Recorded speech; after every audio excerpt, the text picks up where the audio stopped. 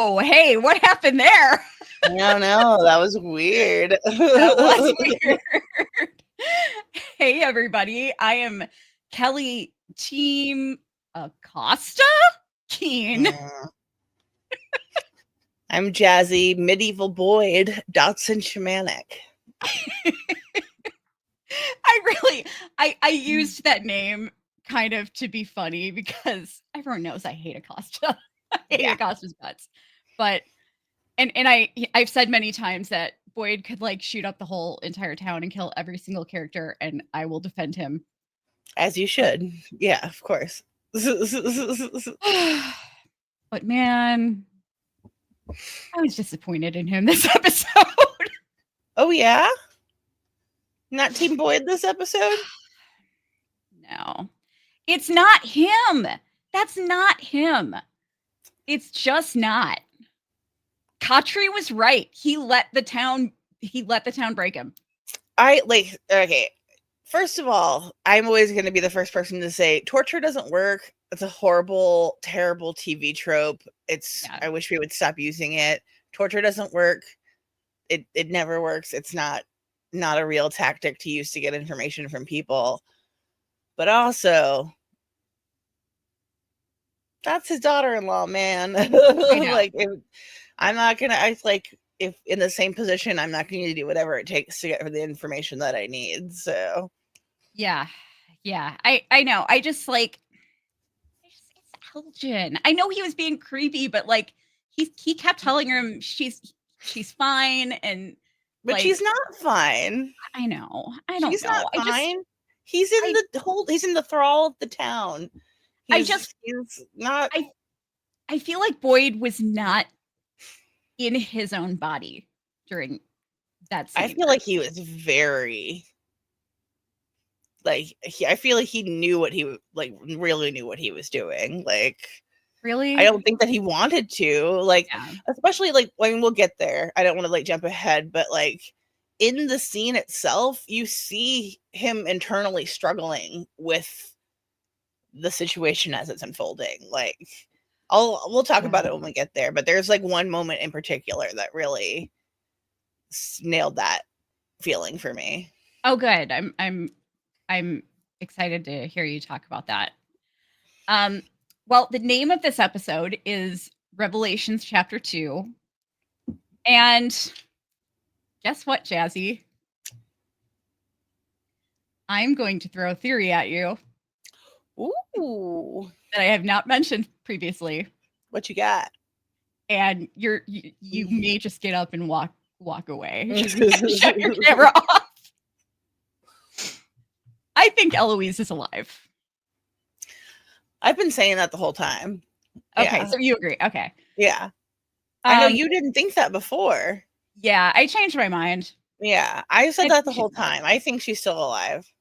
Yeah, because otherwise, why would they have him say that he thinks those were her bones that he buried? Mm-hmm. You know. I think. Well, again, we'll get into specifics when we get to that part of the recap. But I agree. I've always thought Eloise was out there. I still think she's out there, even though it seems like we've pretty much confirmed that she's not at this point. But that just makes me believe it harder. Like the Eloise is Tabitha is Eloise camp. R.I.P. guys. Bye. Yes. See you never. Thank you. I'm so glad to put that to rest. So long, and thanks for all the fish. Yes. But yeah. And I am I just want to point out that all the people who have been trolling us and were mad that, that we mentioned the reincarnation theory very early on before others picked up on it. Yeah. I don't think anybody was really talking about it before. No. We picked up on it. And people got really mad about that and tried to ruin our reputation by saying that we were spreading spoilers. All that did was just shine a light on bad behavior because MGM has seen our videos that are date stamped of us first talking about that theory. So please don't do that. More than a month before the screeners came out, mind you. Yes. Yeah, exactly. So, I'm just glad. I'm so glad that, like, oh, I'm just so happy that it's out there and we can talk about it. I'm also tired of people acting like we only know stuff because we read the leaks. Yeah. Like, we didn't need to read the leaks. We have the original leak. By the way, you know what I discovered? I was not the first Jaditha shipper. There was somebody. There were others. There was someone on Reddit shipping them like a year ago. Oh, wow. Yeah. Yeah. I'm going to have to give that person a shout out. Like, I have to go look up their name and give them a shout out. But anyway, the synopsis for this episode, it's Revelations chapter 2. Boyd is pushed to his limit as time begins to run out for someone he loves. Tabitha's unlikely journey takes a shocking turn. Is it really that shocking? Actually, it was shocking. Yeah, it was pretty shocking. Yeah, like I didn't expect the other part of that. No, kind of came out. It was a lot of revelations. Yes. Yeah, for sure. And I have my notes somewhere here. So I like your notes in the notes. Jade's kleptomania saves the day. Those are my potential nicknames. Yeah. I always put those at the top. Yeah. Well, I brainstorm them while I'm watching. Or teacup 2, teacup 2, teacup revenge. Yeah, that was close. Teacup 2, Jimberly Boogaloo. Or Jim Matthews Boogaloo. Oh, man.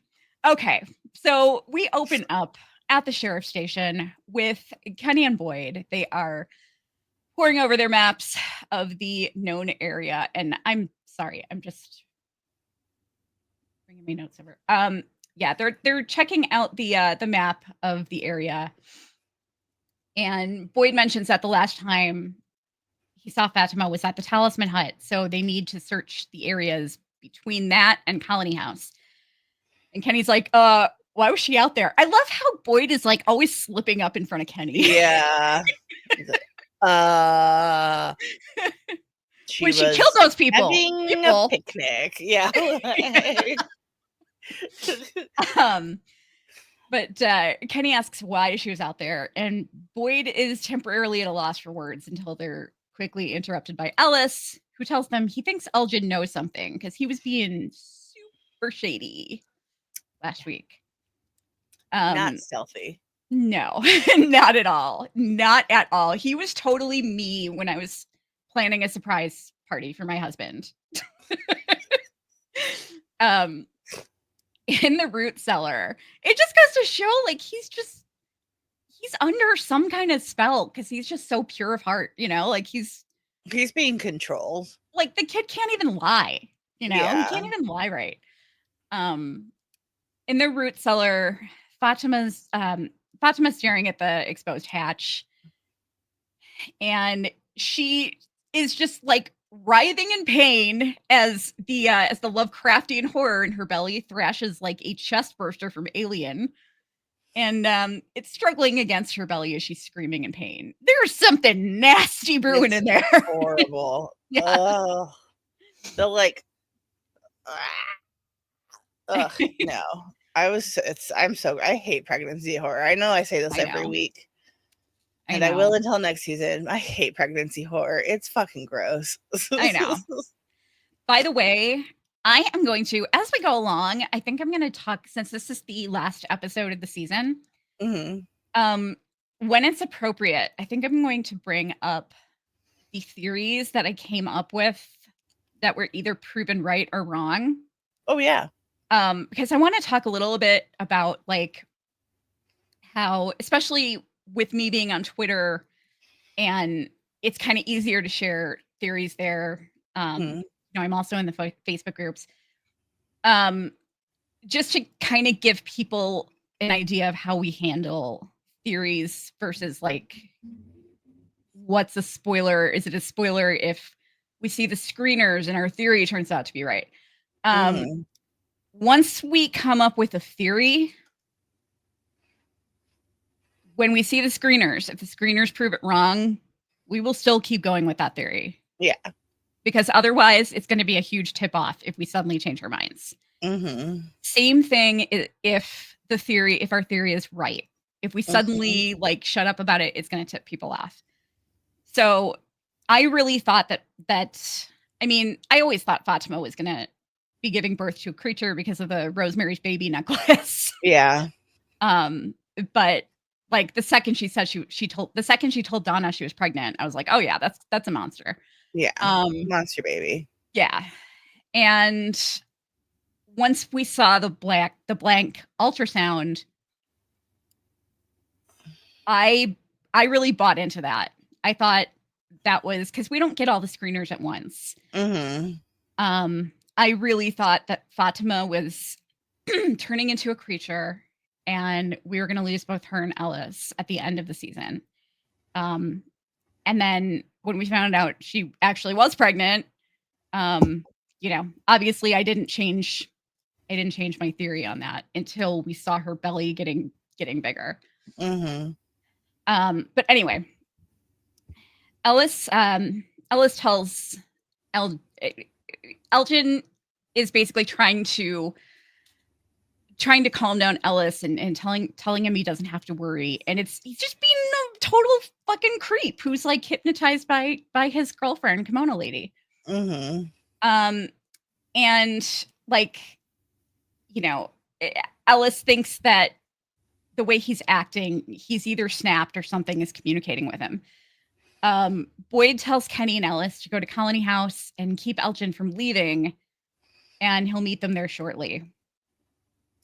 So outside, Ethan tells Jim that he hopes they found Fatima, and Jim agrees. They see Victor exiting their house and react in surprise. Victor tells them that Tabitha fell down. It's like the way he said this was so funny. I know. It's like, your mom fell down. It's just so funny. Potentially the worst way they could have described what happened to her. I know. I guess it would. Your mom had a horrifying vision of another woman's death. Like, yeah. Jim rushes in and finds Julie getting Tabitha a glass of water. Tabitha tells him she's fine, and he asks what happened. And Victor tells Ethan that he saw the boy in white, although he wasn't very helpful this time. Julie comes out and asks Ethan to go with her to the diner because mom and dad need to talk, and she's starving, which you thought was suspicious. Ethan invites Victor, who decides not to go. Inside, Tabitha explains what happened in the cellar to Jim, telling him when she hugged Victor, it was as if Miranda was right there trying to tell her something. And she said she saw what happened the night she left her children and died at the bottle tree. And Jim asks if it was a vision, but Tabitha insists that it's more than that. We then go over to the bar and see Jade, who's puzzling over his crazy person papers when someone enters the door and he shouts, "We're closed." But Jim comes in and Jade is immediately, "Yeah, I think I've heard about enough from you, buddy." And he actually apologizes to Jade for how he came at him the day before. Jim's on his redemption tour. Yes, he is. And what's even crazier than that is that he said that something scary is happening to his family and he doesn't know how to help, but he tells Jade, maybe you can. I'm just like, wow, Jim. My God. We had humble pie for dinner. Yeah, seriously. Boyd finds Sarah sitting alone in the church and asks her to come to Colony House with him. And on the road, he fills her in on what's going on with Elgin. He tells her that he's Ellis or Elgin. God, those names, they keep tripping me up. Elgin said that Fatima and the baby would be the reason that everyone gets to go home. And Boyd asks Sarah if that sounds familiar, obviously, referring to when the voices told her to kill Ethan. Yeah. He asks if she can help let Elgin know if something in Fromville is talking to him, it isn't good. And just then, Donna steps out of Colony House and rushes to ask Boyd why Kenny and Ellis are keeping Elgin from leaving. Boyd asks, man, I'm losing my voice. Boyd asks where Acosta is, and Donna tells him she's still out searching, and she's just come back to see if anyone has found anything yet. Boyd then asks Donna to clear Colony House. Oh boy, that does not sound good. Get everyone out of Colony House. No. Bad news. Yes. Jim brings Jade back to Tabitha so she can recount the story again. And okay. There are a couple of times that Jade really fucking confused me in this episode.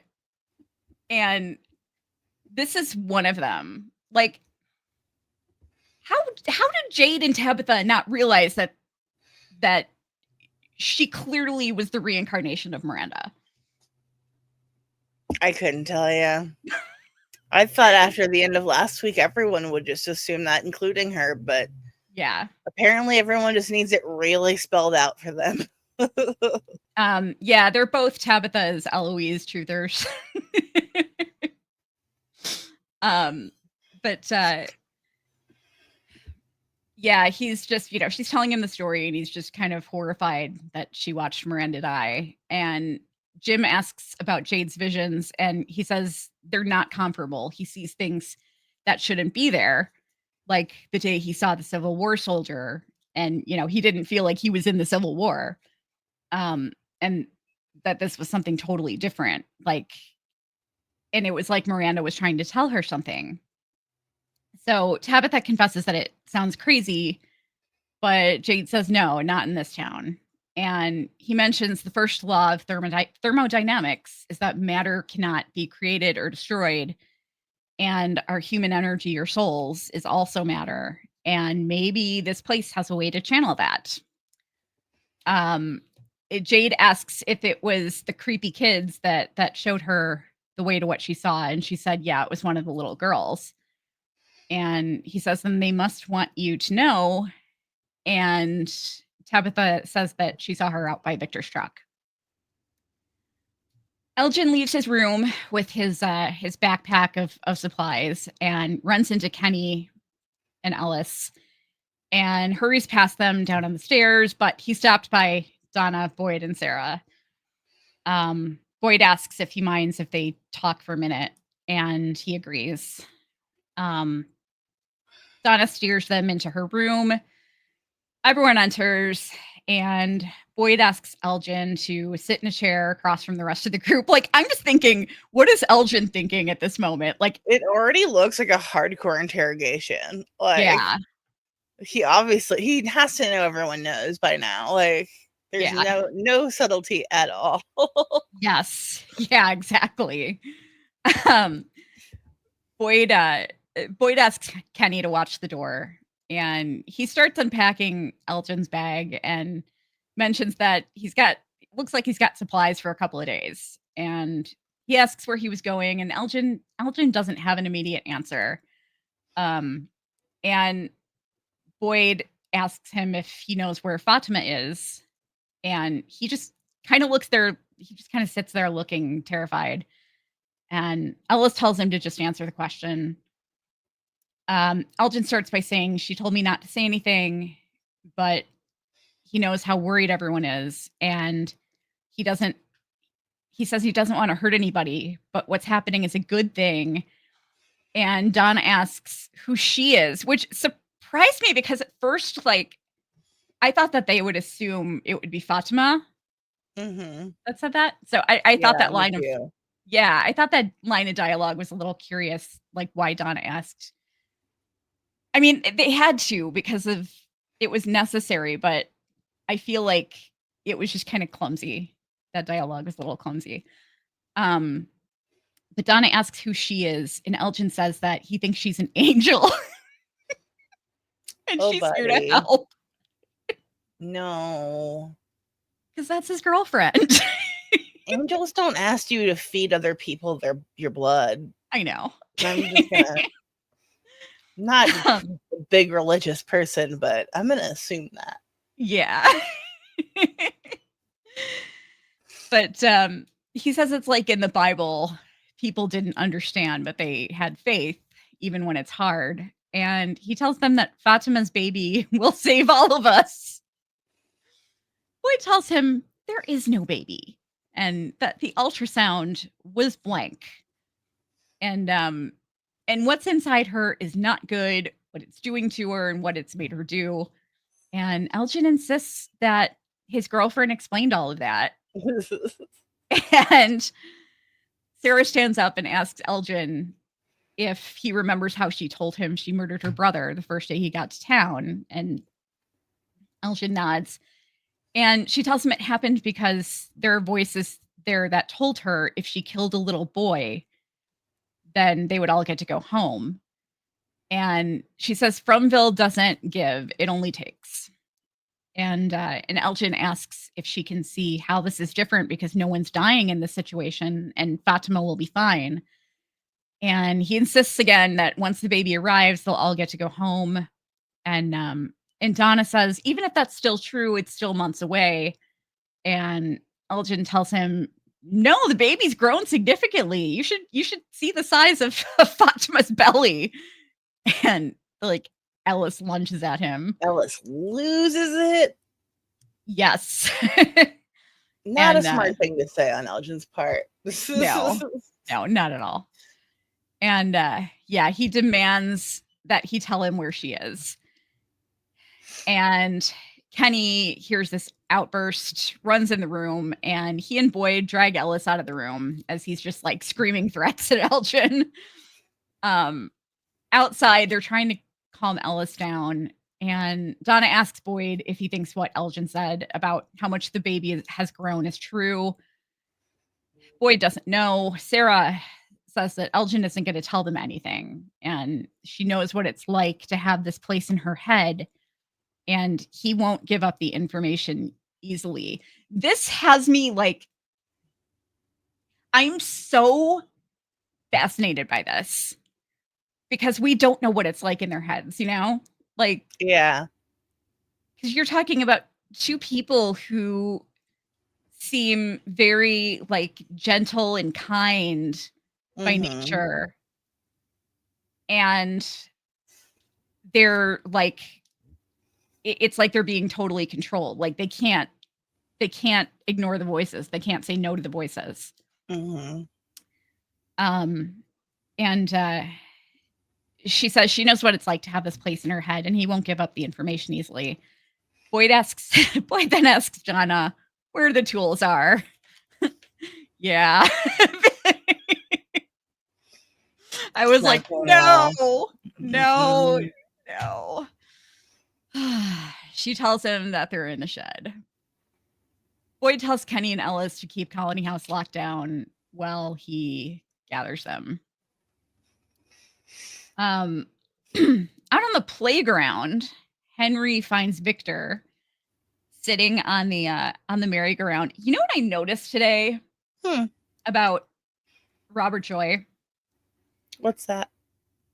He totally looks like he could play Rick Grimes' father.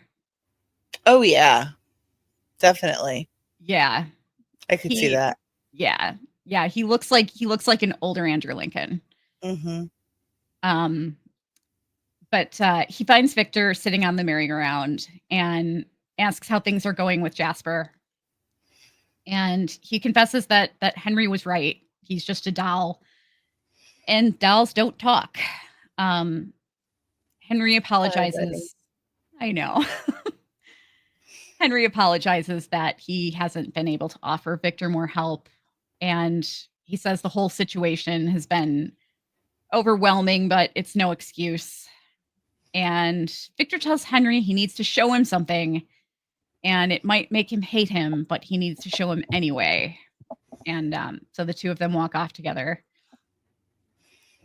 In the shed behind Colony House, Boyd is gathering his interrogation tools when Dead Dick Cottrey shows up. And I usually I call him Dead Dick Cottrey because he's always kind of a dick to Boyd. Yeah. Because Boyd is so critical of himself. Mm-hmm. And has so much self-doubt. He's definitely Boyd's conscience. Yeah. I feel like it has to be. Yeah. This time I was totally on Cottrey's side. I was totally on the dead dick side. He appears and mocks Boyd for wanting to use torture to get the truth out of Elgin. And he's like, why don't you just go old school and use pliers to remove his fingernails? And Boyd says he'll do whatever it takes. And he asks if Boyd can see the irony of the situation, that he didn't blink when Fatima killed Tilly. He just hit her in the shed and lied to everybody about it. And Boyd argues that what happened wasn't Fatima's fault. She wasn't in control.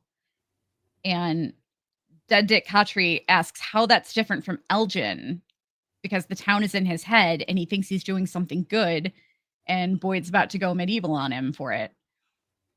And Boyd says there was nothing he could do about Tilly. Dead Dick Cottrey said Boyd acts like a knight in shining armor, but he's the same as everyone else, protecting his own above all else. And Boyd tells Dead Dick Cottrey that he can't judge him because he's not really here. And they were supposed to figure this out together, but Dead Dick Cottrey got himself killed. Like, Boyd, are you blaming Cottrey for getting his throat slit? Come on. Yes, he is. And now Boyd is solving these issues without him. And Dead Dick Cottrey tells him there's no coming back from this. And that if he does this place has won. And he needs to decide who he is. And Boyd gathers the tools and exits the shed and just ignores Cottrey. And I should have I put Team Acosta to be funny, but I should have put Team Dead Dick Cottrey, because I totally agreed with everything he said here. The only thing is the difference between Fatima and Elgin is that Tilly's already dead. Yeah, exactly. They're trying to prevent something happening to Fatima, so it is different. But I still it was rough. Yeah. But I would feel that way no matter what character it was. They're holding her hostage. Fatima did not leave of her own free will. Right. And she shouldn't be forced to have this baby alone. Yeah. Period. She's in danger. Yeah. I'm Team Boyd all the way on that one. I would have done the same. I would have had pliers in the corner cheerleading. I don't understand why Elgin couldn't take Ellis with him or something, Yeah, I don't know. I mean, I'm just guessing that Kimono Lady told him that no one could know. So weird. But it's crazy that he's so convinced that what he's doing is good. He has. That's why I feel like he has to be under a spell or under their thrall or something, because he has no reason to believe her. Yeah. He has no reason to believe that her intentions are good or that she's actually going to help him or any of them, Yeah. Just because she said she's going to, Yeah, it's got to be he's got to be completely hypnotized. Yeah, that's what I think. Fatima is pounding on the door of the cellar, begging for someone to let her out. She grabs one of the bottles of blood and smashes it against the wall. And then she notices a big piece of glass and she picks it up. Outside, Jim is asking why they're at the truck, and Jade says he believes maybe there's a reason the children appeared there. And they are the only overlapping thing in all their stories. And what I thought was interesting is Jade said the same line that he said in another episode. He said to Tabitha, I think it was in season 2, like I forgot what episode, but it was when he was like being a dick to Victor and trying to get information out of him, and Victor didn't tell him about the symbol. And he's like, in this entire Venn diagram of crazy, there, there's one thing that overlaps, and it's Victor. Yeah. And he said the exact same thing in this episode. And he said it was the children this time, not Victor. He's right on both counts. Yeah. And Jim is kind of he's kind of surprised that Jade's seen the kids too. And he says that they were laid out in slabs chanting on Kui, and he looked up and saw the symbol. And Tabitha tells him the story that Victor told her, that the children poured their hearts into the soil and made the tree, and the symbol is the roots of the tree. And Jade is floored by this. I thought Jade already said this. Mm-hmm. He did. Did he not tell Tabitha? Like, I thought it was something more, but it was just the tree roots. Didn't he say that? I thought so. Like, that's twice Jade has confused me in this episode. Mm-hmm. But he just kind of laughs in frustration and shouts out like that they could have just told him, and he's just like he's yelling at the Ankui children, yelling at the kids. Yeah. Yes. He's like, message not fucking received. And and he's like, let me know when you have more to say than Ankui. And Jim asks him if he feels better, and Jade says, not really. Outside the clinic, Randall is doing pull-ups until he's just like completely overwhelmed by the sounds of the cicadas ringing in his ears. My husband brought this up when I was watching back the episode to do the notes, that whoever did the sound design on those things knocked it out of the park. It is so loud. It is so unsettling. It is. It really is. It is awful. It's awful. Like, if that was me, I would be going batshit crazy. Like, yes. I do not blame Randall. Yeah, not at all. Outside the clinic, Randall is doing, let me tell you, okay, I'm not going to get into the story here, but I've mentioned before that I have PTSD, and I don't have this problem now, but whenever I'm at home and I hear, we live right by the police station, like half a block away. Whenever I'm at home and I hear either police sirens or see police lights out of the house, I don't get like this anymore, but I used to go into a full-blown panic. Like, full-blown panic. So this was extremely familiar to me watching this. Like I'd hear police sirens that when they weren't there, like I'd hear no good. Yeah. Like I'd hear something else and it would be replaced by a police siren in my head.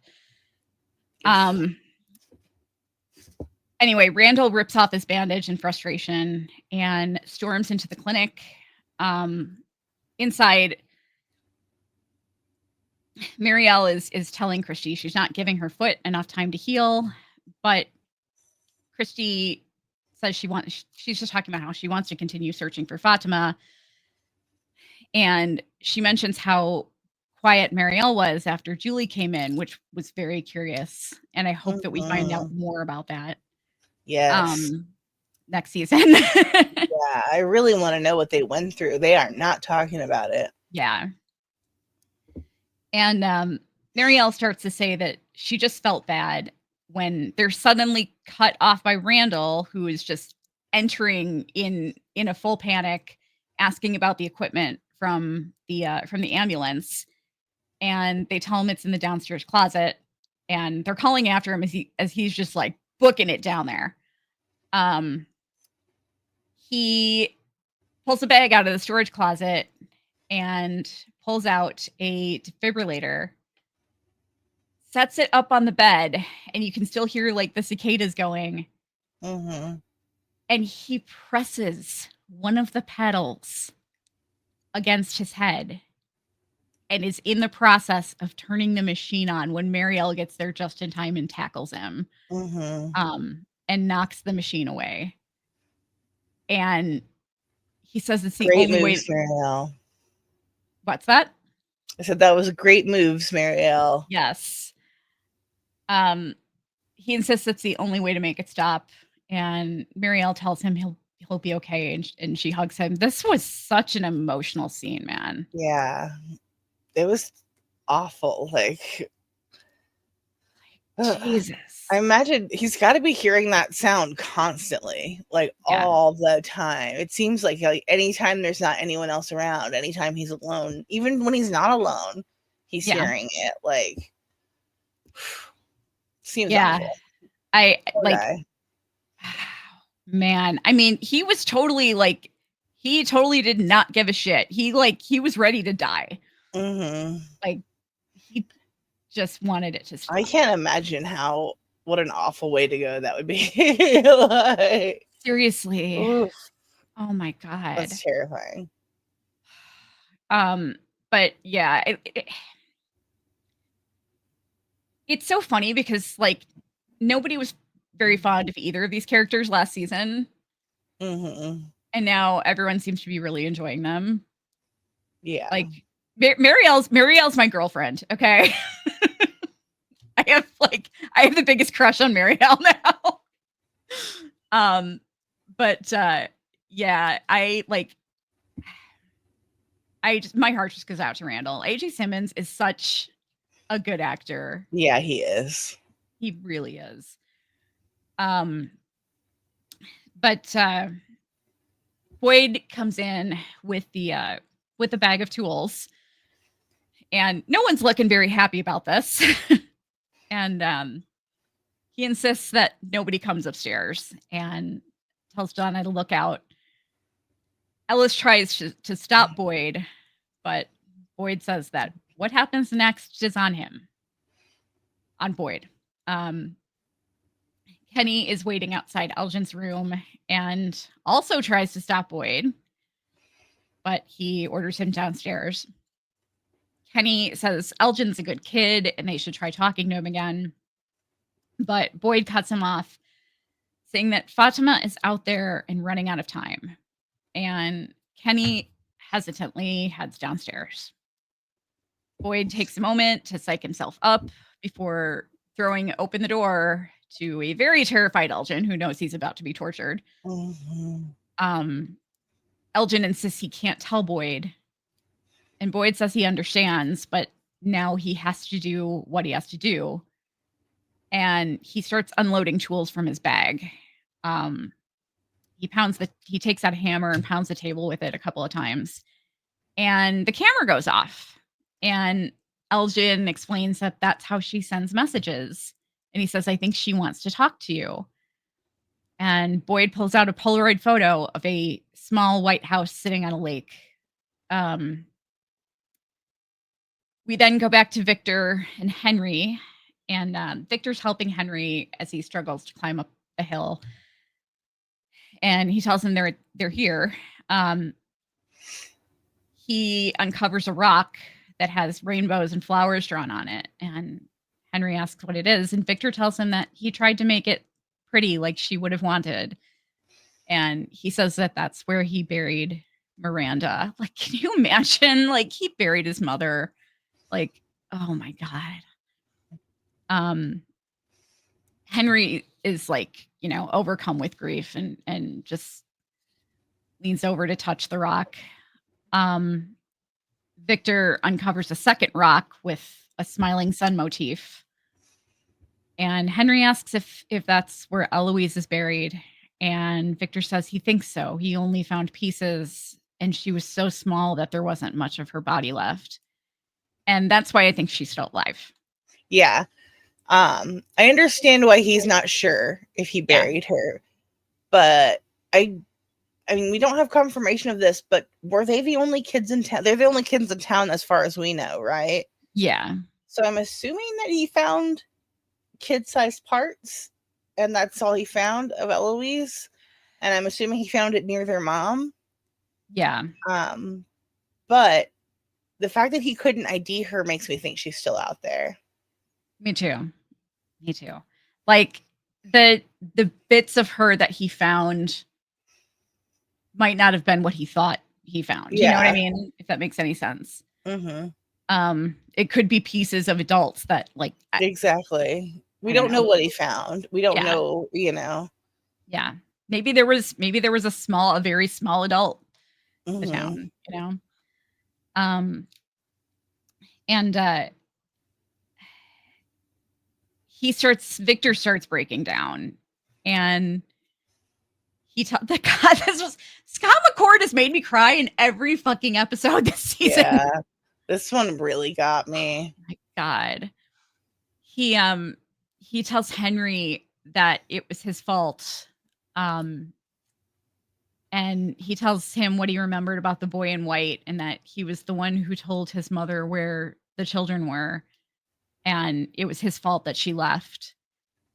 And Henry reminds Victor he was just a little boy and it wasn't his fault, which I loved, because that's the same exact thing that Tabitha said to him after he found Eloise's drawings.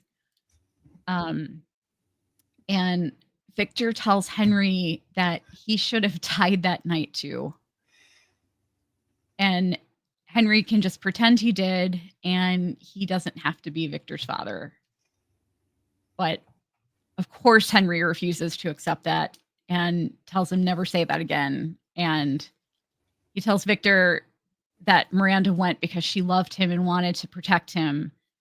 And now it's Henry's job to protect Victor, and it always will be. And they have a nice hug. Oh my God. I am like, I just, I want to kick everybody in the junk who doubted Henry. Okay. Yeah. Oh my God. This man loves his son so much. Yeah. Oh, this scene. It's very sweet. Oh my God. I'm choking up just talking about it. Yeah. Oh my God. It was. Oh, I love these two. I could watch an entire show of just these two. Yeah, same. I swear to God. Oh, can't get enough.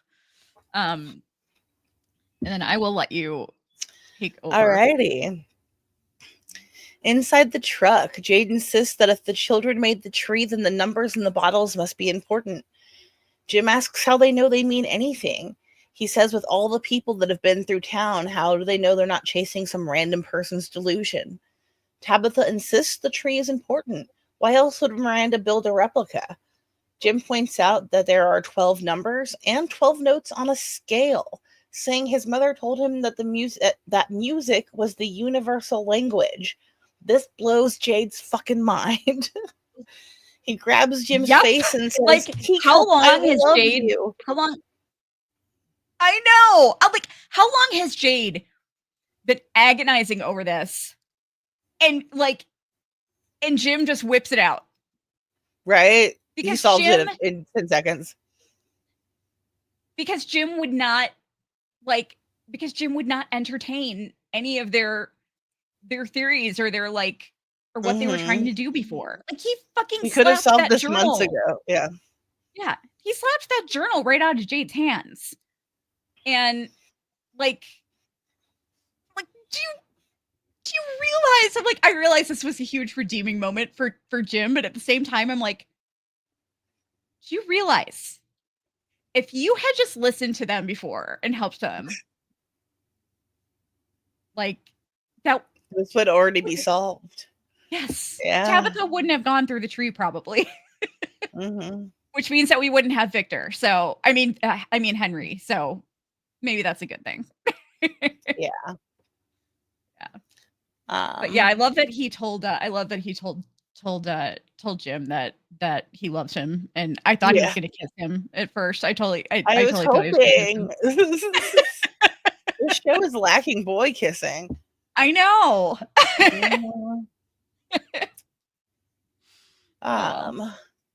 Jade grabs Jim's face and says, "Teacup, I love you." Jade and Tabitha head to the bar while Jim heads back to the Matthews house to find Miranda's violin that Victor has hidden in their basement to prevent Jade from stealing it again. I thought that was funny. Jim's like, "Why is it in our basement?" And he goes, "Because I keep trying to steal it." It's like, classic Jade. I loved that. Yeah. Back at the clinic, Christy tells Marielle that Randall is sleeping. Marielle asks what they're going to do once he's up, and she says she doesn't know. She tells Marielle that she's trying to be respectful, but she needs Marielle to be honest with her. Christy says she doesn't understand what she, Julie, and Randall went through, but she needs to know that Marielle's okay. Marielle won't look at Christy, and Christy begs for her to answer. "Are you okay?" "No," answers Marielle, "and I don't think any of us are going to be." Yikes. Oh, boy. Yeah. Sounds Sorry, go ahead. Now that I need to know more. Yeah. I really want to know what happened. Like, all Julie's ever said is that they heard screaming. That's all. And Randall and Marielle have said nothing. Yeah. It's crazy. Yeah, pretty much. Back at Colony House, Elgin pleads with Boyd to tell him what was in the picture. Boyd ties Elgin up and then tells him it's a picture of his house, the house that his family was headed to when they ran into the tree. The only thing missing is the boat. Elgin asks if Boyd understands that this means they're going home. All he has to do is wait. Boyd says no. This is where I felt like, this is a part where I felt like Boyd just wasn't himself. Because he like, oh no, I have the opposite take. What's that? I have the opposite take. Do you really? Yeah. Because I felt like he was offended by like this Polaroid going off. Like he thought Elgin he was. Yeah, but like, because why would he knows Elgin have the something to do with Polaroid it? for Boyd confirmed that Elgin is wrong. He knows that that's just the town fucking with them. It's a taunt. Like, Elgin sees it as a sign they're going home, but Boyd sees it for what it is, which is a taunt. Okay. Yeah. Gotcha. It's the town saying, "Look, this is what we're keeping from you. Yeah. And we're also taking your daughter-in-law, and there's nothing you can do about it." Okay. And they know. So yeah, like the entity or whatever that's controlling the camera knows that Elgin is going to take it as confirmation that they're going home and double down on his refusal to help Boyd. And he knows that Boyd is going to take it as a fuck you, which is what it is. Yeah. It's them saying fuck you to him. So he knows this has solidified it for Elgin. Elgin is not going to talk. He believes 100% wholeheartedly that he's helping, and Boyd knows and is right that the town is fucking with them. Okay. All right. So that makes sense. I was looking at it more like Boyd knows that the town is fucking with them, and I felt like he was like, his normal reaction should just be like kind of almost ignoring it. Yeah. But I didn't think about him as taking it as like a taunt. Mm-hmm. It is a taunt. Yeah. It is. It's 100% a taunt. Yeah. And yeah. Oh, I lost my place. Whoops.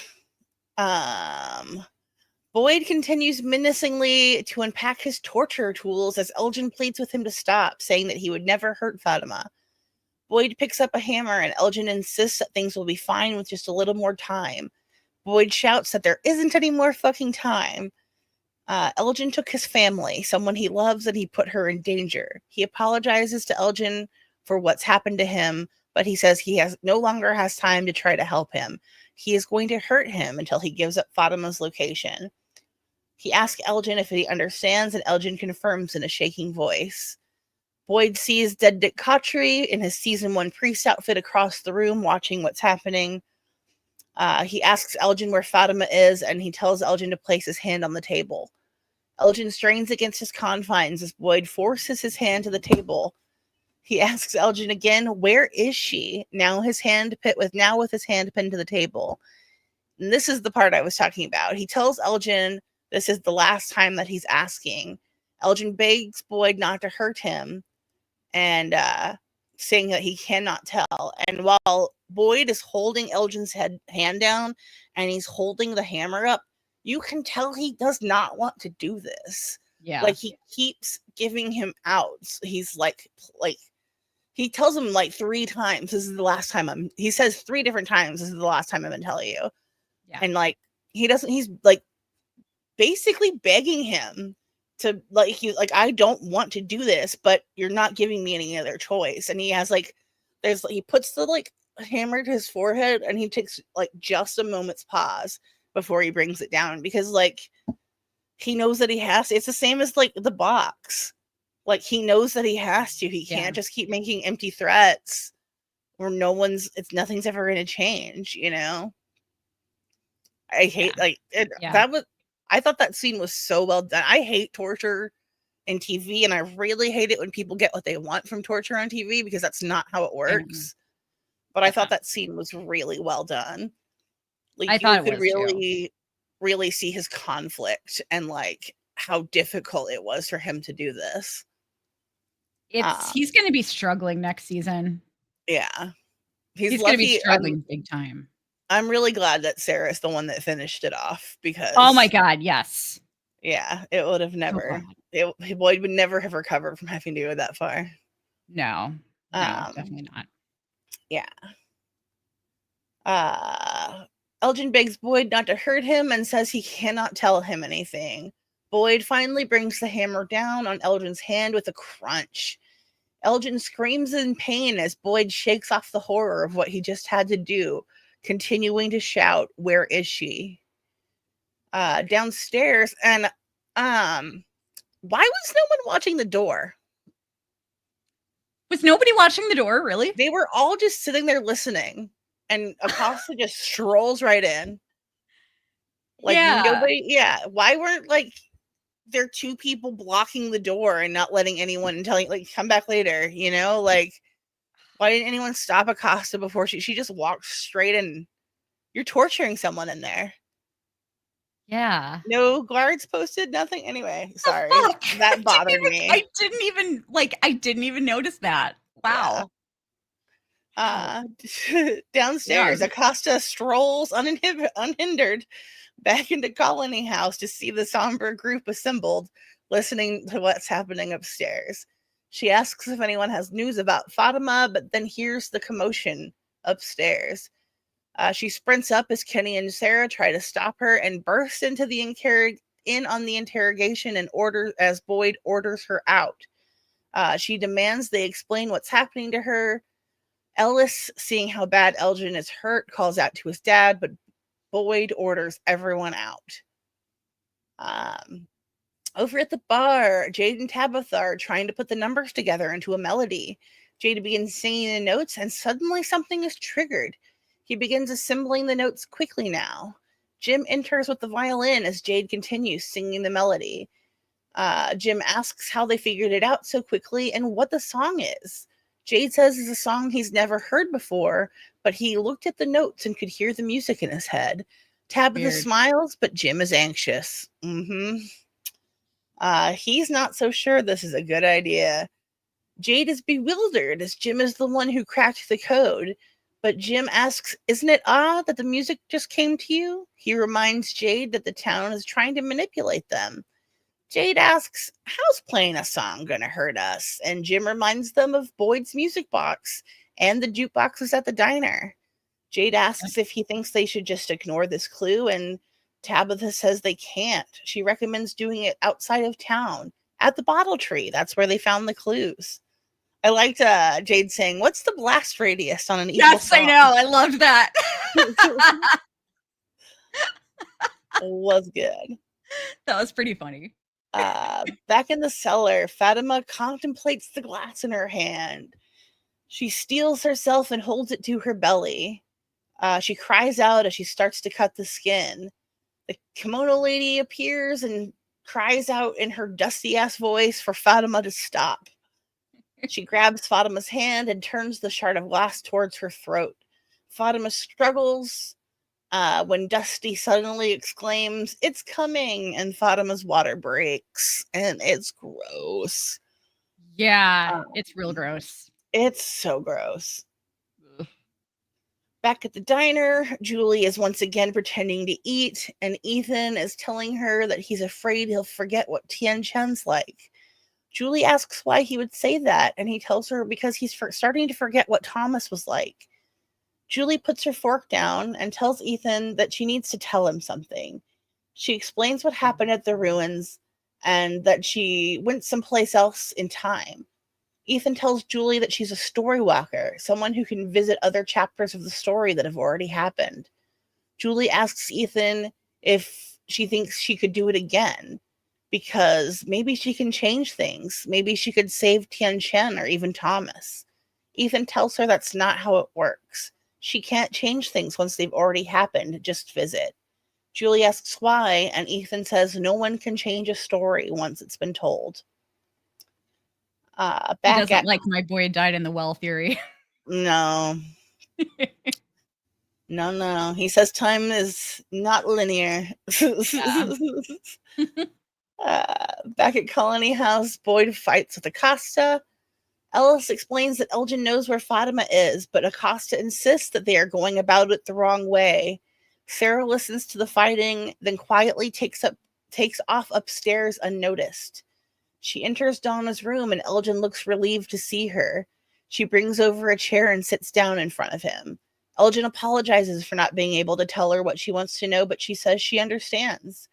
She tells him that the first time she saw him, her heart broke for him. She thought he was sweet and kind, just like she used to be. She believes they're exactly the kind of people that this place is looking for. People who just want to help. Yeah. I loved that. She's right. Yeah. She's right. Yeah, she is. Yeah, I like that was such a yeah, insightful that like on Sarah's part. Very, because people like that are often targets for a lot of stuff. And so I thought that was perfect. Like it made so much sense, you know? Like they're both really sweet and kind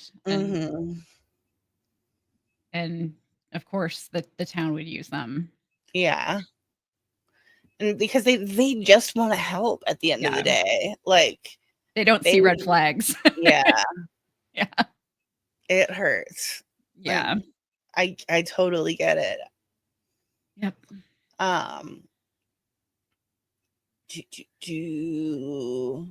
Yeah. She believes they're exactly what this place looks for, people who want to help. Elgin begs for her to tell Boyd to stop. Sarah tells Elgin she knows that he thinks that he's saving everyone, and Boyd doesn't understand how far he needs to go to get him to tell them Fatima's location. Sarah picks up a screwdriver and continues. Boyd is a good man, and this place has taken so much from him. I won't let it take his soul. She advances on Elgin with the screwdriver. I've already let it take mine. Wow. Yeah. Avery's incredible. Yeah. That line delivery killed it. Oh my God. Yeah. This is so brilliant. Like, yeah. It's just absolutely brilliant. Like I don't think I've ever seen this in another show or movie, like where somebody decided to do something like that for somebody else. Yeah. Like that's yeah. It's a that big was move. just that's I thought this whole thing was so well written. I mean, it upset me, but that it's supposed to upset you, you know? Yeah. I'm really worried about Acosta trying to punish her next season. I know, me too.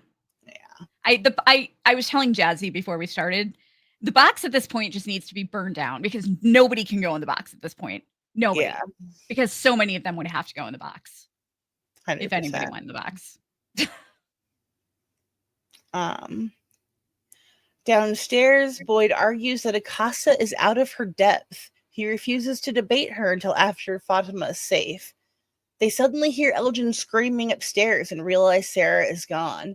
Boyd calls out to her as they run up the stairs and throw open the door. Elgin is missing his right eye and Sarah is covered in blood. Boyd starts to ask what happened, but Sarah cuts him off. She's in the root cellar. Oh my God. Yeah. Is he dead? Elgin? No. Okay. He's fine. He'll get an eye patch. He'll get a parrot. He'll be fine.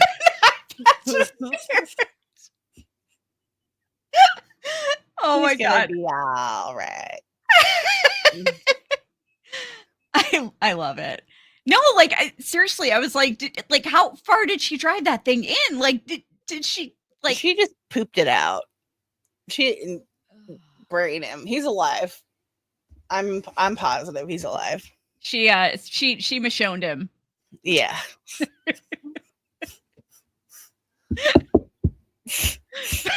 But with a screwdriver instead of a spoon, and she didn't do the rest of that, which would have been really bad. Yeah. Yum. Yeah. Over at the bottle tree. Read the Walking Dead comics if you don't know what we're talking about. Or don't. Yeah, don't actually don't. There's a reason they cut that storyline from the show. Oh my gosh, yeah. It's crazy with as violent as the show is, the comics are so much more violent. Oh yeah. Especially against women. Anyway. Yeah. Not that podcast. Sure. Over at the bottle tree, Jade stands directly in front of the hollow with a violin. He asks if anyone is having any second thoughts, and Tabitha urges him on. He begins to play. As he plays, we see Kenny, Ellis, and Boyd rushing to the cellar. We see the kimono lady working as Fatima's doula as she screams in labor pains. We see the hatch on the floor slowly open, revealing a ladder leading underground. Creepy. Ellis races to find his wife. They enter the cellar and they can hear her screams from behind the trick wall. The kimono lady pulls a flesh football out of Fatima's body and carries it down the hatch as the men burst into the room. She took it, Fatima cries out. She took it down there. Fatima points down to the hatch, and Boyd orders Kenny and Ellis to get Fatima back to Colony House, insisting on going down the hatch. They protest, but he says he refuses to be blindsided by whatever's coming next. He heads down the hatch as Jade continues to play. The children slowly come out of the woods. Tabitha and Jade can both see them, but Jim cannot. Tabitha urges Jade to keep playing as the little sticky girl from yesterday approaches Tabitha. Down in the tunnels, Boyd sees a lit chamber ahead. Ellis tells Fatima that she's going to be all right, and Fatima says she knows what they did. She knows what the monsters are. She saw everything. They sacrificed their children because something promised them that they would live forever. Boom. Why did we not why did we just get this from Fatima's perspective? Like, why didn't we see her see it? Yeah. I don't think they were able to shoot it. Yeah. Yeah. It would have been nice if if the kimono lady said something to her or something, but if we saw her seeing those visions would be cool. Yeah. Yeah. I feel like we'll get more of it next season. Yeah. Yeah, let's hope. Yeah. But yeah, so that's another answer that we get. Like how where the monsters came from. Yeah. Yeah. Yeah. And just like we both thought, they're They were the original. They town's were folks. residents. Yeah. Yeah. Yeah. And they sacrificed their children to become immortal. Yeah. I wonder if Crazy. they thought they were going. I wonder if they knew they were going to be monsters, or if they thought they were going to be like themselves, like, you know. Yeah. I don't know. Yeah, I'm interested in knowing that too. They probably thought they were going to be themselves. In the chamber, Kimono Lady sets the flesh football down on the ground in the center of a circle of smiling monsters. It begins to twitch and grow. Boyd peeks into the cavern and sees it growing. It grows to the size of a full-grown man. The monsters smile eerily as it stands straight up and drops its flesh blanket. It is Smiley, freshly reborn and smiling like a horrible creep. Smiley! Yeah, glad that Smiley's back. Crazy that meme came true. Yes, I know. I know. How crazy is that? Like, I need to know who actually put that meme out, because like, who would have ever thought that Fatima was actually going to give birth to Smiley? Literally, I know. The creator of that meme was a genius. Yes. So we if I now had know they absolutely cannot be killed. Yeah. I mean, at least not that way. Yeah. I'm wondering if Fatima was pregnant for real and he hijacked her pregnancy, because Ooh. she finds out, she already thinks she's pregnant before he dies. And she doesn't get confirmation that she's pregnant until after he's dead. You're right. Yeah. So I don't know if she was actually normal human pregnant at first and he used her body to bring himself back, or if it was like always destined to be that way. Ooh. That's a good point. I hadn't thought about that. Yeah. Very That's something I'm insightful. curious about, because I'm pretty sure she was already pregnant before he died. Yeah.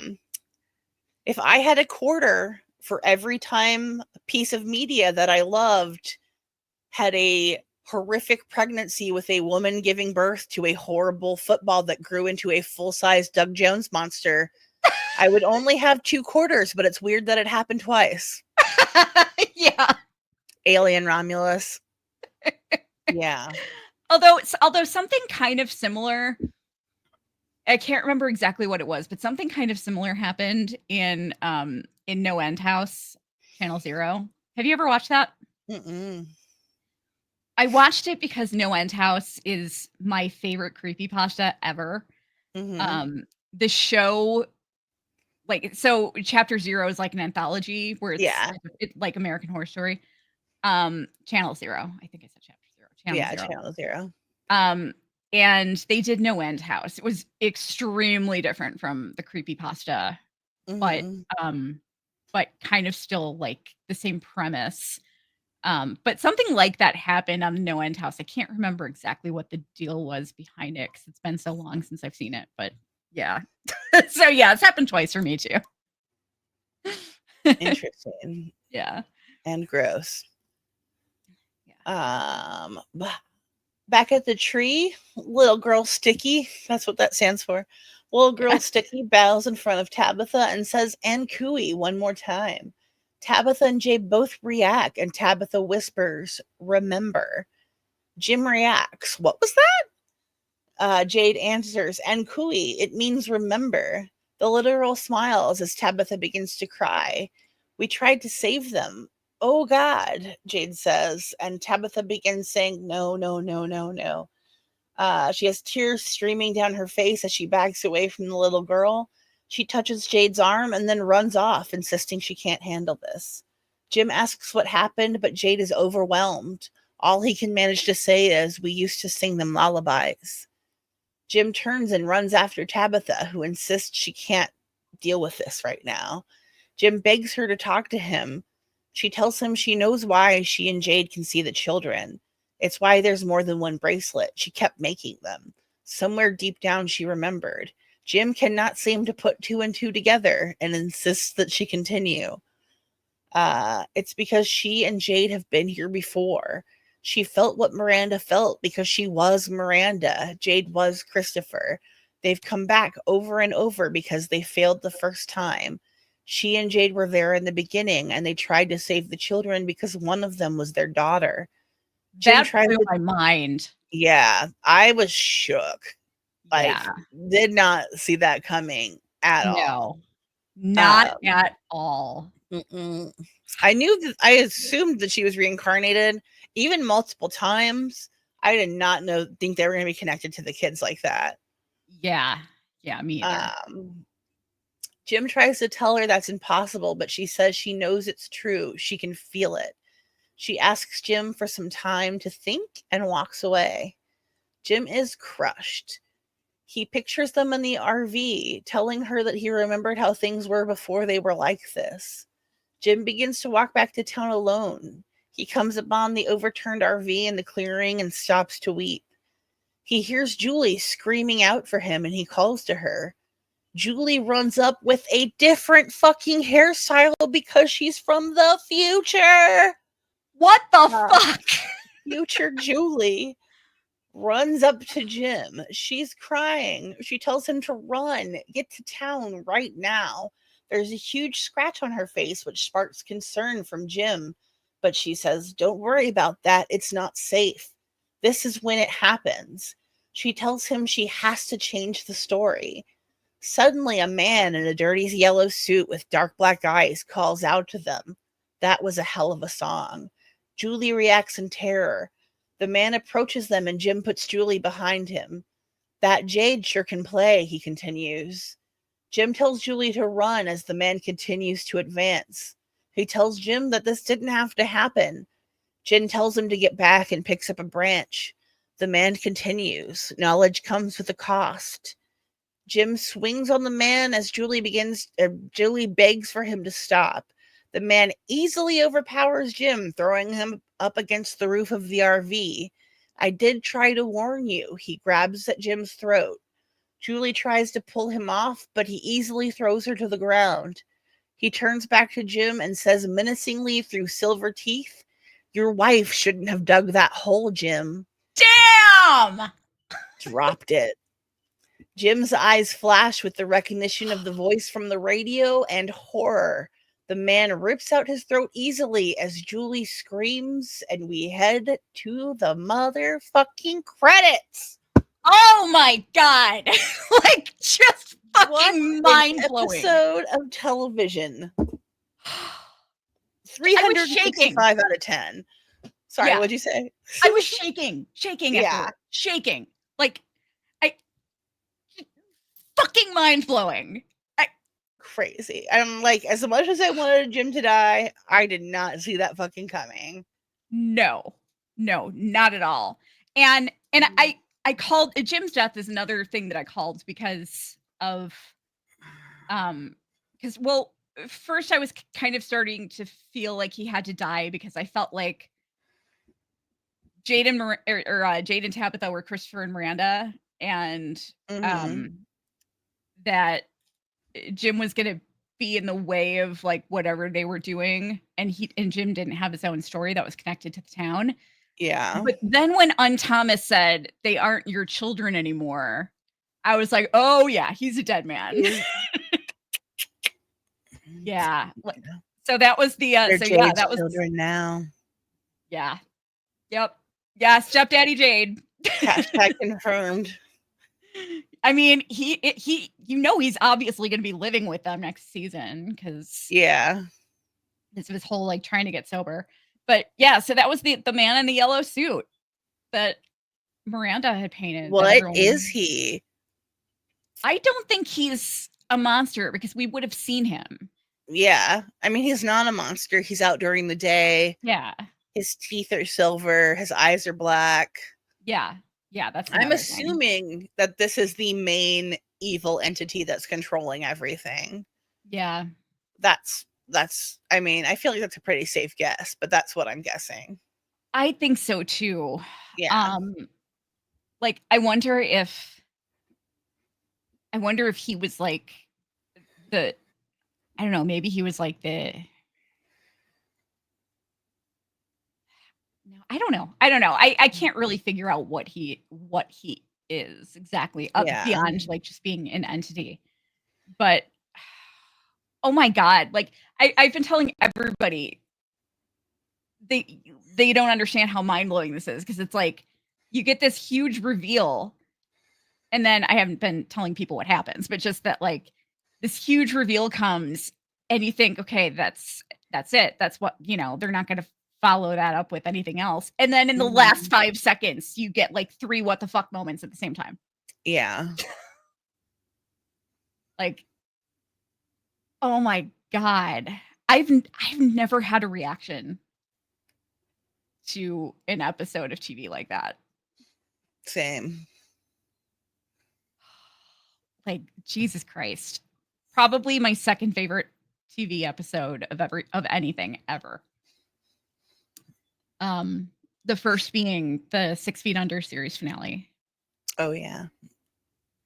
That's a good pick. Like, and I'm scared because like when something gets too good, when shows get like way too good, sometimes they can fall apart. I don't think it's gonna fall apart. I hope not. I'm worried about the time travel thing. Yeah. This is my point. Because people keep being like, it's lost. It's lost. It's gonna fall apart just like Lost did. You know who else works on the show? Joe and Anthony Russo. You know what they just did? They tied together 25 movies with different hanging plot lines and created Infinity War and Endgame. That's what they do. And that had time travel, and it all still fucking made sense at the end. Like, wow. Those are those two people are incredible storytellers. They're incredible directors, and I don't think they're gonna let it end in a shitty. They're not gonna put their name on something that's gonna end up falling apart. That's how I feel. Yeah, that makes sense. By the way, I just wanted to show a screenshot of our conversation because I thought it was really funny. From right after I watched the finale. And you hadn't seen it yet. And I was like, "Oh my god, finale. Holy shit, I'm scared." And I'm reading this out loud for our audio listeners. And Jazzy says, "Did it come?" And I said, "Yes. Oh my god, I have so many mixed emotions. Once I watch it, that's it for the season. I'm scared and excited. My heart is in my butthole right now."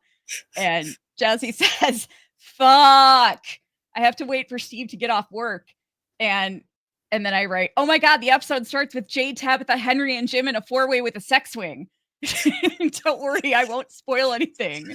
Then I said, "I'm just gonna tease one thing. Jim somehow becomes the smartest guy there." And Jazzy says, "No, I refuse."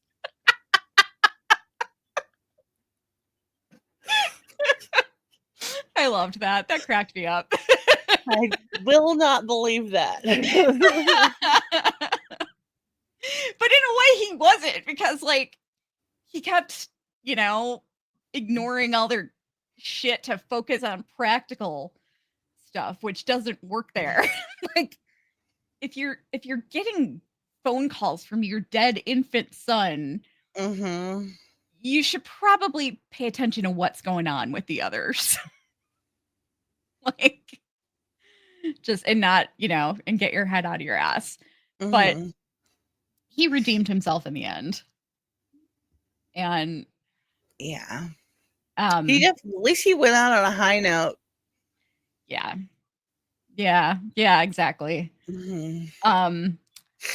Yeah, and cheers to Ian Bailey. I thought he was especially great in this episode too. Yeah. He was really good. And I don't think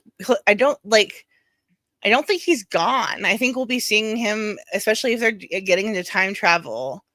I think we'll be seeing him in future episodes. So yeah, we might. Yeah. If he shows up as a ghost, who do you think? I feel like I hope not. Fuck that. I don't need a Jim ghost over here telling him this people to stay away from his family. But do you feel that Julie showing up then disproves your boy died theory? I don't know.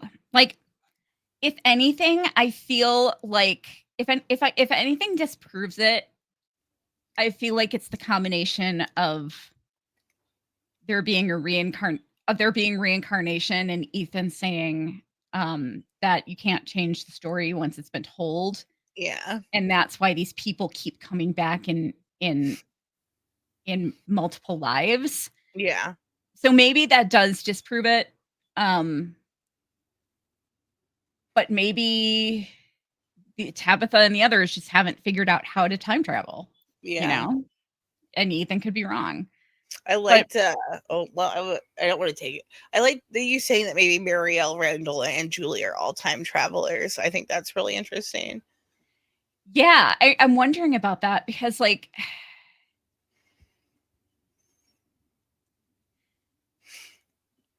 they're so secretive about the storyline, you know? And I can't imagine that it's just Julie. Like, I don't know. Time travel hurts my head. Yeah. And I kind of hate it because all I think about is everything that can go wrong with it. Have you watched Dark? Have we already had this conversation?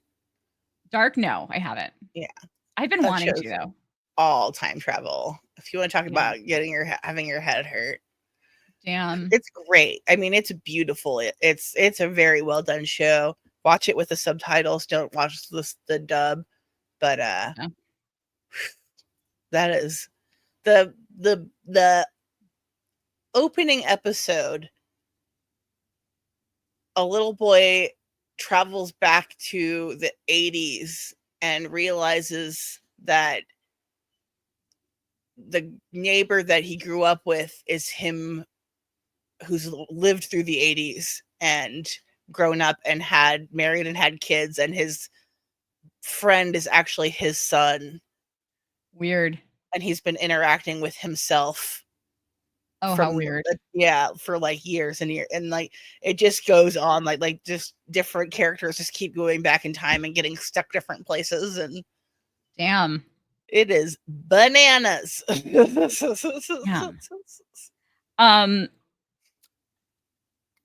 So if Jim does come back as a ghost, who do you think he's going to come back to? Because we haven't seen anybody come back as one person. You think it's going to be Jade?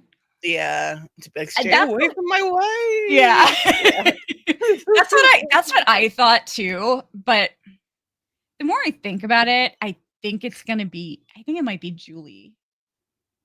Yeah, I could see that. I don't think it'll be Tabitha.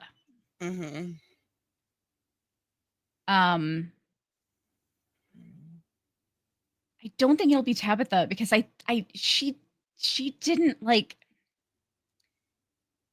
I don't know. She didn't really like need input from him on anything, you know? Like she was the smart one in the relationship, and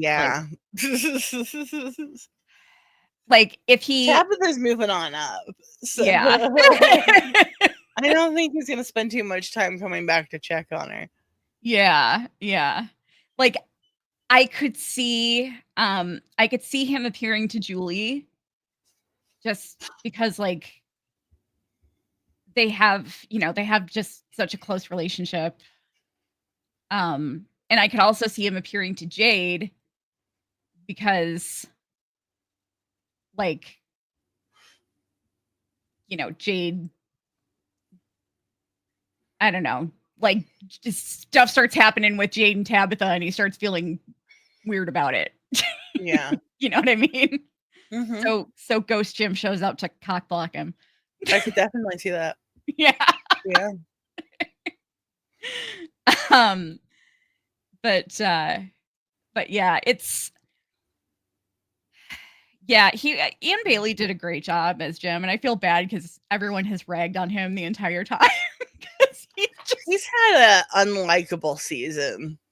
He really has. Yeah. Like he was a douche before, but at least he was a good husband and dad. Yeah. And this year Jim dropped the ball this season. I was ready for him to go. I'm not gonna lie. Yeah. It did not bother me. Yeah. I feel bad about the trauma Julie's gonna have to deal with, but oh my God. Like I can't imagine. Next season, when we see them again next season, they are gonna be dealing with a lot of shit. Yeah. A whole lot of shit. So Jim dies. Elgin gets tortured. Fatima gave birth to Smiley. There's this man in a yellow suit. Julie time traveled and tried to save Jim. Jade and Tabitha understand now that they were Miranda and Christopher, and they've been there since the beginning, and they had a daughter together at one point. Like there's so much. We know what the monsters are. We know how this all started, sort of. I mean, we know like what the kids want and like why this happened. Not why this happened. I mean, we kind of do. We know a lot. We got a lot of information this season. I don't care what anybody says. Oh no, we got tons of information. I think that I think and I hope that we'll get more information from Marielle and Randall next season, especially Marielle. Because she's talked the least amount, but Randall still has a lot of talking to do too. I need more Christy next season. I felt like this was a very Christy light season. Yeah. Yeah, she really has been sidelined. Yeah. And you brought up a good point that maybe she wasn't. Oh, she wasn't? No. What the heck? Why'd they sideline her so much? I don't know. Yeah. She did the from account Instagram takeover the other day, and she was like, "No, I'm not hurt," and I was like, "Oh, weird, huh?" It was my theories. Oh man, maybe she had other stuff going on. I don't know. You know what I also really would like to see is I would like to see Donna get more of her own storyline. Yeah. You will, because they're gonna have to explore Donna and Henry's relationship next season. Think I'm kidding. 100% serious. Oh my God. It's yeah, it's gonna be I feel like they're gonna have to do a time jump. That's what I was thinking too. They're gonna have to, right? Like they're not coming back until like early 2026, and Ethan, the kid who played him, was 8 when he started, and he's already 12 now. Like, yikes. Yeah. Yeah, I was thinking about that too, and just because of the amount of shit that they're like I don't know. I don't know how they're gonna do this, but yeah, like it's gonna be such a fucking long wait. Has it always premiered in October? I don't know. Or September? Whatever. I have no idea, honestly. Because 2026 is a long way away. But maybe it'll be early 2026. I'm gonna say yeah. Just knowing how TV production works, and knowing they're gonna want to get it out as soon as possible. Yeah. They're not gonna start shooting till spring, they said, of 2025. So spring, okay. Yeah. The earliest they can probably get it out is, I'm gonna say, like February 2026, and that's being hopeful. Yeah. But it's gonna take them about 7 months to shoot the season, and they're gonna probably start in March or April. So if once they get it shot, you want to give them at least 2 or 3 months cushion for editing and promos. Yeah, I would say like February, March 2026 is probably what we're looking at. I'm going to be paying very, very close attention to casting. Because if we see, like, you know, any auditions flying around. From season 1 premiered April 10th of 2022. Okay, gotcha. And season 2 premiered January 25th of 2023.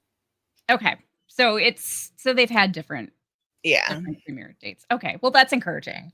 Like, I just don't want to have to wait until September or October of 2020. Yeah, no, I don't think they're gonna do that. Yeah, that would suck. I hope they get Emmy notice this season. I know. I really do. I need an Emmy for Scott McCord. Yeah. Please. I need nominations for Scott, Catalina, Harold. I think that Elizabeth is Donna is in the conversation. Yeah. I think Pega is in the conversation, honestly. Like, everyone pulled out such incredible performances this season. There's no bad acting on this show. There's no weak acting. I agree.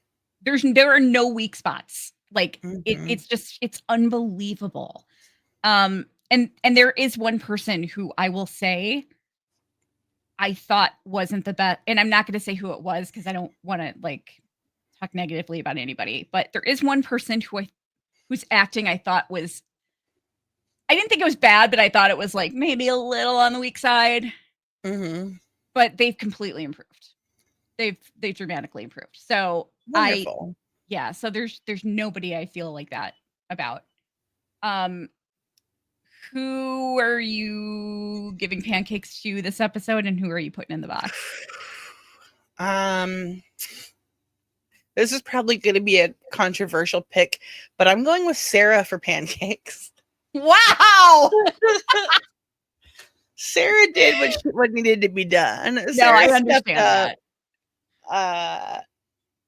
Like, I like Sarah's character a lot. I found her very annoying, as you remember. Oh yeah, we both bitch about her constantly. But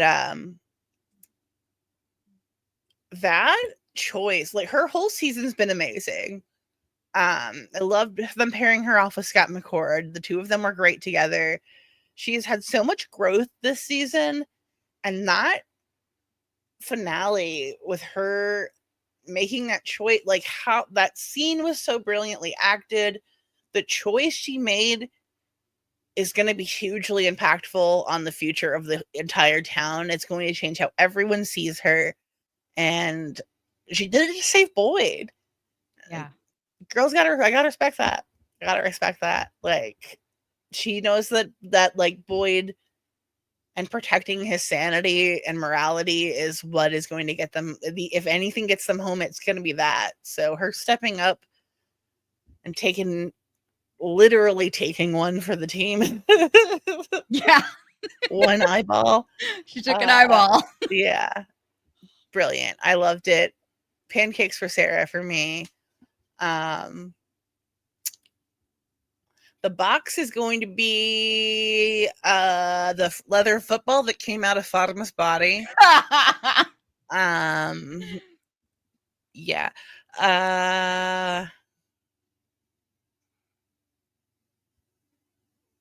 Man,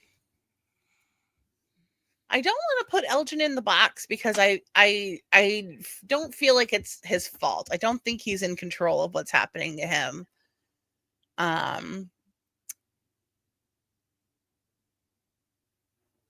But I can't think of anyone else. Like, everyone was really fine. I guess Acosta. Yeah. If we're going with like an actual like resident of the town, which isn't really a surprise because everyone hates Acosta, but she was just the least helpful person this whole episode. Yeah. Like, I'm glad that she stopped the interrogation, actually, because it gave Sarah the opportunity that she needed. But why is she always trying to run everything? This is not what the fuck? You're not a fucking cop here. You didn't train to like be a cop in Monster Town. Yeah. There's no Monster PD badge for you. Like, get the fuck out of here. You're not Kenny. Like, I'm tired of her trying to like assert dominance in every situation. It bothers me. So yeah, Acosta for the box for me. Pancakes for Sarah. Yeah. Um, I am going to do a pancakes in the box situation again. Mm-hmm. I haven't had one of those in a while. Jim's gonna be eating pancakes in the box. Good choice. Because he basically solved that mystery in Yeah, that was seconds. crazy. But he could have solved it a lot earlier. Anytime. Pulled his head out of his fucking ass. He figured it out immediately, which is annoying. Yeah. Also, Jade's a musician. Why didn't that occur to him? I know. Because I don't know. But I mean, like, he blew off Jade so many times when Jade was like trying to talk to him about this shit. And like he completely dismissed Tabitha and like just didn't want to figure anything out at all. Now I understand. I mean, he was kind of right to not want to figure anything out because now he's dead because of it. Yeah. but still, yeah. So he's eating pancakes in the box. But yeah, and I'll give a big stack of pancakes to Ian Bailey for doing a great job as Jim for 3 seasons. He was Jim was a very layered character. Yeah. And he was very good at bringing out those layers. He's a great actor. Yeah, he really is. He played, he played a douchebag who was a great husband and dad. Like, he was very layered until this season when he was just a pain in everybody's ass. And it's hard to play characters that people don't like. Like, it's tough. It really is. I wonder, like, when he figured out who Jim was, like, if he was just like, oh man, yeah, I gotta play this guy. he's like roughing up the fan favorite character and talking smack about him and starting from and on. Bye, Jim. Don't let the door hit you. I bet if Ian Bailey were just a fan of the show and not an actor, he'd probably hate Jim too. Most of us do. Yeah. I'm very distraught. Let me ask you something. Let's see if we can come up with an answer for this. Who do you think who's getting the ultimate endless stack of pancakes for the season, and who is getting put in the box and then resurrected and put in the box again for this season? Okay, so season wide MVP and LVP? Yeah. Oof.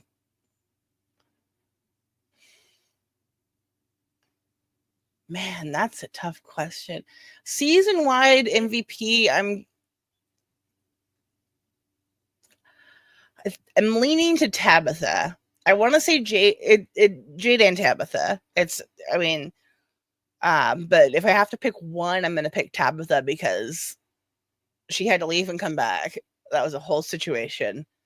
But she's just been through the most. Like, she's gone through this entire journey. She's uncovered the clues, and now she knows who she is and what's coming next and how to help. And like, I cannot wait to see what they have next for her character. She's the one I'm most excited to see.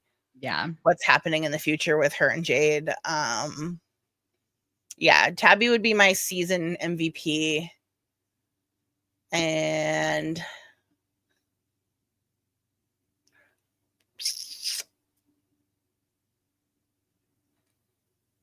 LVP or box season wide box, I would probably be Jim. Yeah. Yeah, he does get some nice redemption in that final episode, last 2 episodes, but he spends most of the season being an obstinate dickhead that's in the way of progress. Yeah. Yeah. Yeah, very much so. Yeah. Yeah, Tabitha's definitely my MVP of the season. Yeah. Without a doubt. But yeah, I don't know about LVP. It's between Jim or Acosta. Acosta, yeah. That was mine too.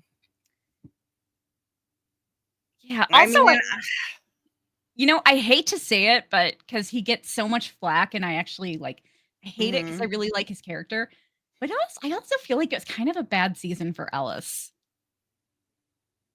Ellis just didn't get anything to do. He doesn't get anything to do, and he did a lot of stupid shit this season when he was on screen.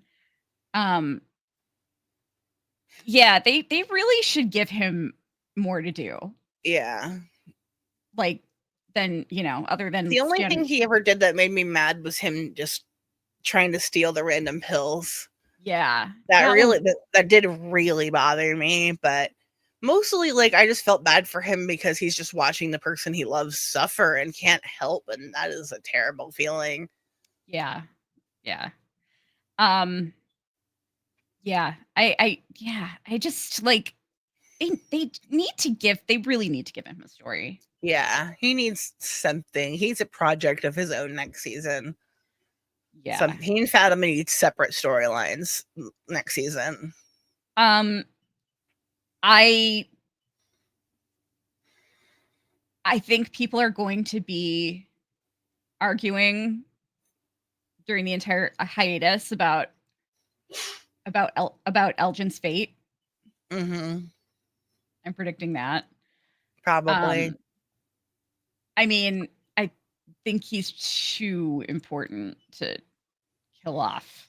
I think Elgin will redeem himself ultimately. Yeah, if they can forgive Sarah, they'll forgive Elgin. Yeah, like I said, the box just needs to be burned down at this point because Elgin, Sarah, Fatima, Boyd, they've all done fucked up shit, and corporal punishment isn't the answer for most of these things. There needs to be maybe some daytime stocks where people can throw tomatoes. Yeah. There needs to be an alternative. But I mean, I'm thinking about murder cases where someone got off because they legitimately just temporarily lost their minds. Yeah. And they weren't they didn't get locked up because they're not actually a threat. They just had a temporary lapse of sanity. Yeah, that series that with Melanie Linsky and Jessica Biel, Candy. Oh yeah. Did you watch that? Yeah, that's I don't know. I don't think I didn't watch that one. I watched there's a different one about that same woman. Okay. I can't remember. Yeah, I don't think she served any time. I think who plays her? Oh, the woman who did it? Yeah. Oh no, she was guilty. Oh, really? Okay. Was she? Am I crazy? Maybe she wasn't. I can't remember. I thought she totally got off because she just completely lost her mind. Off. She did.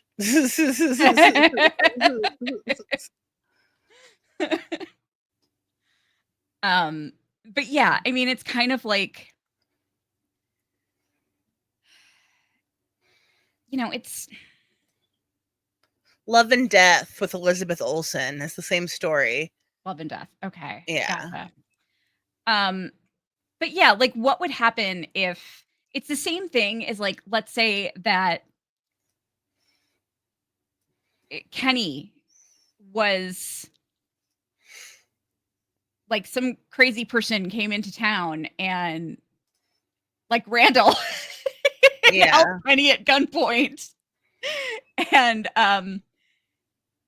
but you know, but instead of what was happening there, like they forced Kenny to shoot someone, you know, at gunpoint. Can they really put him in the box for like being forced to do that? You know what I mean? No, I think that's different. It's more about residence. Yeah. Candy Montgomery was found not guilty. Okay. That's what I thought. Yeah. But yeah, I don't think that any of these people can be punished because the town is in the control. box is not the right punishment. Yeah. No. It's not the right punishment. No. And none of them knew what they were doing. Like it just they can't. So I really like it's going to be interesting to see how they react to everything next season and like and how Elgin is going to be after this. You know what I mean? I mean, once he sees that they're not home, he's gonna know that he fucked up, you know? Yeah. Because she did have the baby. Yeah. Baby. Yeah, I need to know more. Oh, okay. I don't know why, like, I don't know why this would be a thing, why it would mean anything, but I felt like I would point it out because something I noticed at one point, Fatima screamed. And it sounded exactly like the sound that kimono lady was making when she was shoving Elgin under the water. Which I thought was really strange. I didn't notice that. Yeah. Yeah, I don't know if that meant anything or what, but we'll have to go back and look at that. And I wonder if the monsters are going to be different around Fatima, like, cause she birthed Smiley. Like, I'm sure they're gonna mock her. I'm sure they're gonna try to. Yeah. I'm sure she's not immune. By the way, that reminds me when you said mocking her.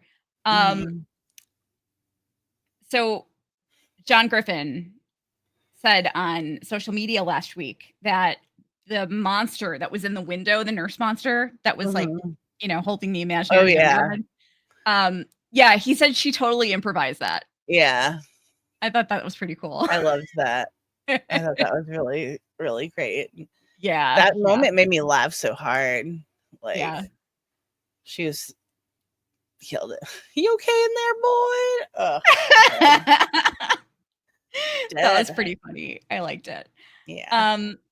But yeah, it's going to be a long wait for season 4, but we're going to keep putting out content, not on a weekly basis. Yeah. You know, we want to make sure that we space stuff out and we don't like just dump a whole bunch of content and then forget about it for a year and let it, you know, sit and fester. But we plan to line up some interviews. We plan on doing some deep dives, some collabs, all kinds of stuff. Help you get through the frout. Yeah. And I'm still trying to, there's still a few things that I'm trying to put together that I've been working on. I'm trying to put together Cards Against Fromville, which I'd originally. Yeah. I originally planned to do that for Yellow Jackets, but I think it'll be more fun to do it for From. I think there's just more like, I don't know. I think you can do more with From than Yellow Jackets. But yeah, I'm going to be paying close attention to casting info. Like, I'm in the casting groups on Facebook. Somehow I snuck my way in there. That's awesome. I don't know how, but I did. And I will keep you guys posted. So make sure that you're following us on social media. We are on Facebook, Instagram, Threads, and TikTok. We are Cyborg Queen Media, and I am going to be posting more to TikTok soon, I promise. And then on Twitter, we are at Cyborg Queen TV. So follow us there, and if you like our content, please subscribe and leave a comment. That all helps get our content seen more in the algorithm. Which is helpful especially because we got shadow banned for a little while because of a bunch of bogus reports, but I won't get into that now. But yeah, like and subscribe and turn on your notifications because you never know when we're going to go live. Also, don't forget, if you have been participating in the David Alpay cameo giveaway, where's David? We're going to be doing that this week, Sunday. Sunday. So this recap will be up before then. So join us Sunday night for the finale, and you might win a cameo from David Alpay. Just make sure you're present and you're active in the chat. And if we get enough people in the chat, we will give away a cat shirt. So we would love to be able to do that. Yeah, I'm really excited about the collabs that we've got coming up soon. We're going to be collabing with Julie B's Deep Dives and a couple others. So it'll be a lot of fun. But if you also, we're going to start covering Severance next with the Severed Floor. That's going to be starting up soon. And we are still currently covering Hysteria with our Death Crunch podcast. And I'm going to start putting out some Antler Queen stuff on the on both. I'm going to put out some kind of repurposed content that isn't available right now on both our audio podcast and our YouTube channel. And we plan to put out some more bonus content eventually with Yellow Jackets too, especially with that coming back like soon. February 14th, Valentine's Day. Yeah. How romantic. Love it. Yeah. So yeah, I'm distraught. I want to cry because I'm not ready for this season to be over. What a great journey. I know. I'm just, I wish I could be on all year. Yeah. But then the actors would burn out and they'd all leave. So yeah. The crew would fall asleep on their way home, and yeah, no one likes that. But thank you guys so much for being with us all season. And like I said, make sure you check out our other podcasts. Yes, please. Yeah. And just keep your eye out for some upcoming From content, because we're going to start putting interviews together and collabs very soon. So keep an eye out for that. And with that, we'll see y'all later.